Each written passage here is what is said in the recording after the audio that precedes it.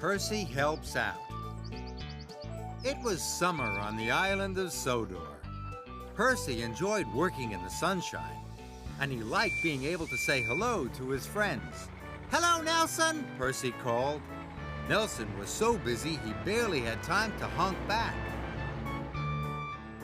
He was carrying machines everywhere, from the yard to the sites, and then all the way home. Day after day, Nelson was carrying, until his axles ached. Just once, he thought to himself, I'd like to be carried. That night, Nelson had a dream. He dreamt he was sailing through the countryside. The breeze was blowing, he was enjoying himself, and he realized he was being carried. The next morning, Miss Jenny woke Nelson from his dream. "Thomas has had an accident at Maithwaite Crossing," said Miss Jenny. "Sir Topham Hatt needs you to take him to the repair yard." Nelson hoped his friend Thomas was all right. When Nelson arrived, he saw Thomas had come off the rails and broken a wheel. "Thank you for coming," chuffed Thomas cheerfully. "We'll get you back in no time," replied Nelson. Nelson had to be very careful. He'd never carried a steam engine before.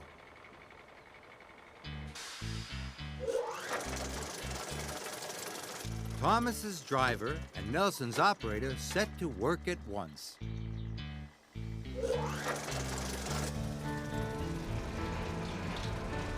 Nelson struggled as he winched Thomas aboard.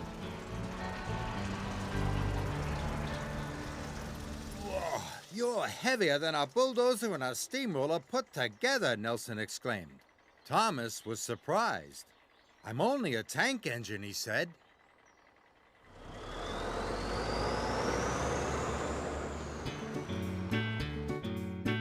Soon Nelson was on his way, but Thomas was heavy. Nelson had to work very hard. He puffed, he panted, he pulled. Soon they were making excellent time. Thomas was impressed. "You're a very good carrier," said Thomas. "Thank you," said Nelson. "I pull freight cars and passenger cars all day long," added Thomas. "It's good to be carried for a change." "I'd like to be carried sometime," said Nelson. "But who would be big enough to carry me?"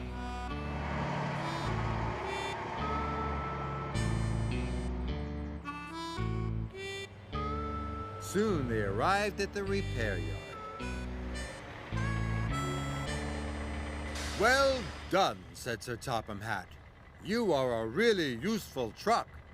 Nelson was tired, but he felt very proud.